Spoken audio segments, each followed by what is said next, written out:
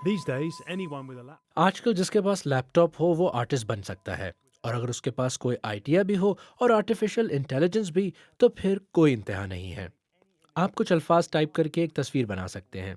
मिसाल के तौर पर एक बिल्ली वैन गॉफ के स्टाइल में केला उठाई खड़ी है। चलें ये ट्राई करते हैं।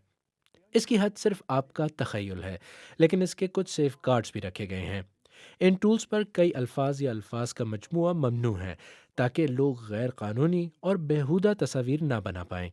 लेकिन हम जानते हैं कि ऐसी कोशिशें ज़्यादा कामयाब नहीं होती हैं। In Cambridge, the Internet Watch Foundation. इस इंतहाई महफूज जगह इंटरनेट वॉच फाउंडेशन में जिनसी इस्तेहसाल के मवाद को ढूंढकर इसे हटाया जाता है। इनके माहिर एनालिस्ट कहते हैं कि उनके सामने रोज़ बरोज़ ऐसा मवाद आ रहा है जो आर्टिफिशियल इंटेलिजेंस से बनाया गया है। And the first image I want to show you is ये पहली इमेज जो मैं आपको दिखाना चाहती हूँ, ये साहिल समंदर पर एक लड़की की कार्टूनी स्टाइल में तस्वीर है। मैं कहूँगी इसकी उम्र 3 से 6 बरस 6 होगी। years old. Obviously, ये पोस्ट तो बहुत ही काबिल नफ़रत है। that would instantly make. इसे देखकर जहन में पहला सवाल उभरता है कि ये असली है या नकली, लेकिन ये जानना बहुत ही मुश्किल है। So this location ये एक बेडरूम है। ये ऐसी तस्वीर है जिसे बेडरूम में बच्चे पोज करते हैं। you see of children posed in the bedroom. So this So you see that type. तो आपको ऐसी तस्वीर देखने को मिलती हैं। जी हाँ। मुझे मालूम है आपने मुझे दिखाने के लिए इस इमेज को बदला होगा, लेकिन फिर भी इसे देखना मुश्किल है। जी हाँ। It's quite hard to see powerful when actually. it's difficult. जी हाँ, इसे देखना बहुत ही मुश्किल है, क्योंकि ये बच्चों के जिनसी इस्तेहसाल की तस्वीर हैं। हम इनसे छुटकारा नहीं पा सकते।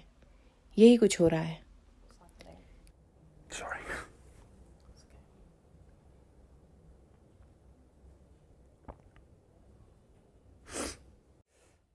सॉरी सॉरी, मैंने पहले कभी ऐसा कुछ नहीं देखा। ये मेरे लिए शॉकिंग है।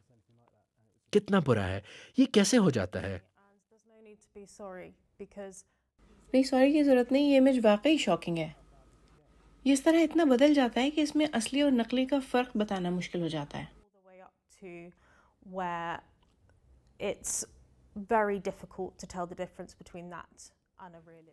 गुज़श्ता माह पहली दफ़ा IWF ने आर्टिफिशियल इंटेलिजेंस से बनाई हुई तस्वीर इकट्ठी करनी शुरू की।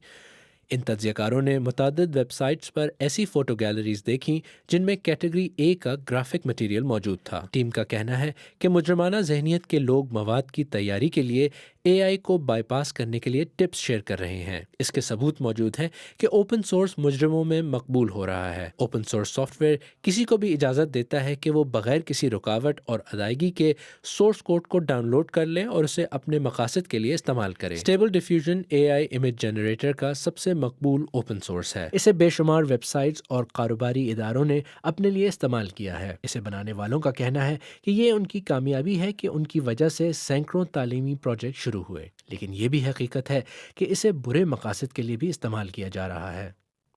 हमें एक ऐसा ट्विटर अकाउंट मिला है जो AI इमेज क्रिएटर का है, जो नौजवान लड़कियों की जिनसी तस्वीर बनाने का माहिर तस्वर किया जाता है। हमने उससे पूछा कि वो ऐसा क्यों करता है। वो इस पर खुश है। कहता है कि तारीख में पहली बार बच्चों का इस्तेहसाल किए बगैर लड़कियों की प्यारी तस्वीर बनाने की सलाहियत पैदा हुई है। शायद ये असल से भी बेहतर है। डॉक्टर माइकल बर्ग अमेरिका की मार्शल सर्विस के साबिक चीफ साइकोलॉजिस्ट हैं, जो जिनसी मुजरिमों और पीडोफाइल्स के माहिर हैं। इस मवाद को देखते हुए खा ये मसनूई तरीके से बनाया गया है जो मुजरिमों की नज़र में सिंथेटिक बच्चे हैं।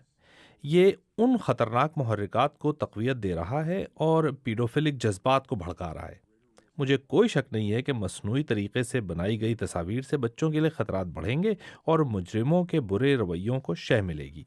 तो फिर क्या किया जा सकता है? शायद कुछ भी नहीं। हकीकत में कोई भी स्टेबल डिफ्यूजन या दूसरे AI जनरेटर्स का इंचार्ज नहीं। और अब जब रेगुलेटर्स AI कंपनियों और मसनूआत को कंट्रोल में लाने की कोशिश कर रहे हैं, तो ऐसे लगता है कि अब देर हो चुकी है।